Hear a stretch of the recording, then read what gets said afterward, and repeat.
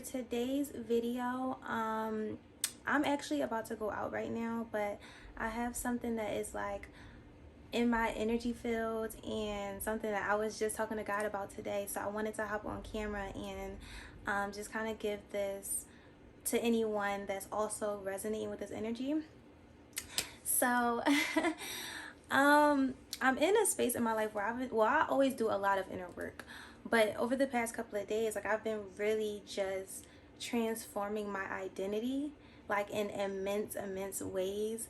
And this thing came to me in the middle of this transformation, which was the idea and the concept of having standards as a woman versus having boundaries and or non-negotiables. So I'm gonna try to like hurry up and get this out because I gotta get out of here. I'm not running late, but like I like to be early. So so when I began my feminine energy journey, like I was heavily pressed on the idea of standards. Oh, I want my guy to have this, and this. And if my guy doesn't have this, and this, then I won't open up for him. I won't be vulnerable for him. I won't pour into him in certain ways because he's not meeting my criteria of my standards. Now, for a while, I thought that this was like good for me, and it was to an extent because through that I did learn my boundaries and stuff like that. But the issue was that number one, I was making my boundaries and my personal like value system someone else's issue and someone else's upkeep. So what I mean by that is that instead of me taking the responsibility of my boundaries and having that be an internal energetic thing for myself, I was saying that other people needed to come forth with what I believe they should have, meaning that if they weren't this way, they were wrong for that. If they didn't approach me as a gentleman, they were wrong for that. If they didn't present themselves in a certain way, treat me in a certain way, have certain criteria, they were wrong for that, which is not okay. Like I can't hold someone else accountable for the things that I desire in my life, and I can't wrong someone for not meeting my personal values and the things that I personally want in my life. I can't hold someone else accountable for that, right? So the second thing that was wrong with that was that I was not living in my truth by doing that. And what that means is if I'm saying to someone, for example, if I meet this guy and I have this list of standards that I have for dating, right? And I meet this guy. And if he approaches me lacking some of those boxes, like not checking that whole list off and lacking certain things, if I say to myself, if this man doesn't treat me in this way and act this way, I won't be X, Y, and Z, that's me not living in my truth. Because in all actuality, if I'm truly X, Y, and Z, I should be X, Y, and Z regardless.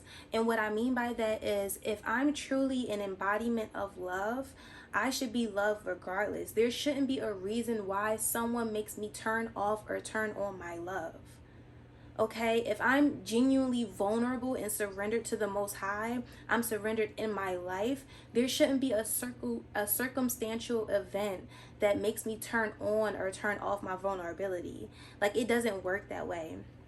And before, I didn't view it as that. So I viewed it as like, as a person, because this wasn't just like for dating, this was for friendship and like whatever. Like, as a person, if you come to me in my life, this is the key that you need to get these things out of me. This is the key that you need in order to see me in my fullness, to see me in my radiance, to see me fully in my feminine embodiment without having my masculine turned up and defending it, or having it sheltered off or whatever. You know, I had this mentality of like, if you don't show up this way, you won't see me in my fullness. But it's like, if that's actually who I am and that's an embodiment of what my being is, there's no reason to turn that off. Do you see what I'm saying? So when it comes to having boundaries and non-negotiables, that's different in my eyes, at least. And I know that like these are just words, but I do believe that different words come with different vibrations, and depending on how things are used, like, I feel like it helps to give clarity. The word usage, in my opinion, helps. So when it comes to having boundaries and non-negotiables, for me, that becomes an internal thing. That becomes okay, now I'm responsible for that. That becomes okay, now I'm accountable for those things. There's no person on this planet that can come into my field and come into my world and make me come in or out of my embodiment because it's not up to them. Okay, because boundaries are an internal decision. A boundary is not something that someone else has to make sure you have. You have to make sure you have that boundary. A non-negotiable is something that's a non-negotiable for you. Like, no one else can come in your world and make you have or not have that non-negotiable. So when I was like, oh my God, like when God told me this, I was like, oh my God, like, Lord, like that makes so much sense, because it's like, if I'm on this feminine energy journey, right? It's for myself. It's not to get a man. It's not to get a husband. It's for me. Like, it helps and benefits other people. And I definitely have intention of it benefiting my husband and my children and whoever. But it is for me. It is me, right? And if I'm living this life of going through an identity shift and embodying love and bliss and compassion and warmth and acceptance and sex and just all of these wonderful, beautiful, juicy energies that the divine feminine is, I can't choose, okay, today I'm gonna be her, today I'm not gonna be her, today I'm gonna be in alignment, oh, today I'm gonna be closed-hearted because he said or did this. Like, it doesn't work that way.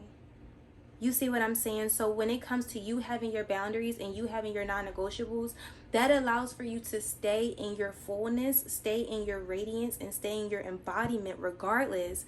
Because if someone comes to you and they're crossing a boundary or they do something that's just a non-negotiable for you, you can stay in your love space. You can stay in your heart space. You just know that it just doesn't work for you. You don't have to turn on or off your love for anyone, And when it comes to that, the last thing that I want to say is, you have to understand that us doing inner work, the experiences we had, the things that we deem are bad or that were hurtful or painful or whatever, those things helped us to create our boundaries. And those things helped us to understand our non-negotiables. You have to understand that. So where I'm at in this phase in my life, I trust that I've done my inner work to be able to build my boundaries and have my boundaries set, which my masculine energy is in control of that. My masculine energy knows when to step up and say, something is just not working for me. I know that in this phase of my life, my intuition is so in alignment and so deeply rooted in who I am and my connection to the Most High, that if something just doesn't feel right and it's just not fitting into my non-negotiables, it's just not fitting into my boundaries, like, I know that I don't have to do that thing. Like, I don't even have to think about it. If it just doesn't feel right, I trust in myself and I trust in my intuition to let that thing go. And then within that, the last barrier of protection, I guess I could call it, is I trust in and I'm surrendered to my connection to God, my connection to my angels, my connection to my ancestral lineage, my connection to my guides, like the goddesses, like all the energetic protection that I have that help to take care of things that I can't see. So once you get into the space of trusting your masculine to be able to do what it needs to do, and trusting that masculine energetic protection for yourself, you allow for yourself to fully blossom into your feminine without feeling like you have to protect her or turn her on and off for different people. Like, when you step into your feminine energy, she becomes a part of your consciousness. So it's not that you don't turn her on and off. She begins to live coherently with your masculine. They begin to live coherently with your inner child. They begin to live coherently with the collective consciousness. Like, all of it becomes one and all of it becomes a part of you. So that's all I wanted to say for this video. I know I'm a little fidgety because I'm sitting on my feet and my feet are hurting, but thank you guys so much for listening. I love you guys so much. Like, this was such a deep download for me, so I hope that This is something that can help and benefit and pour into other women's journeys and feminine expansion for themselves. I thank you guys so much for watching, and I'll see you in the next one. Bye.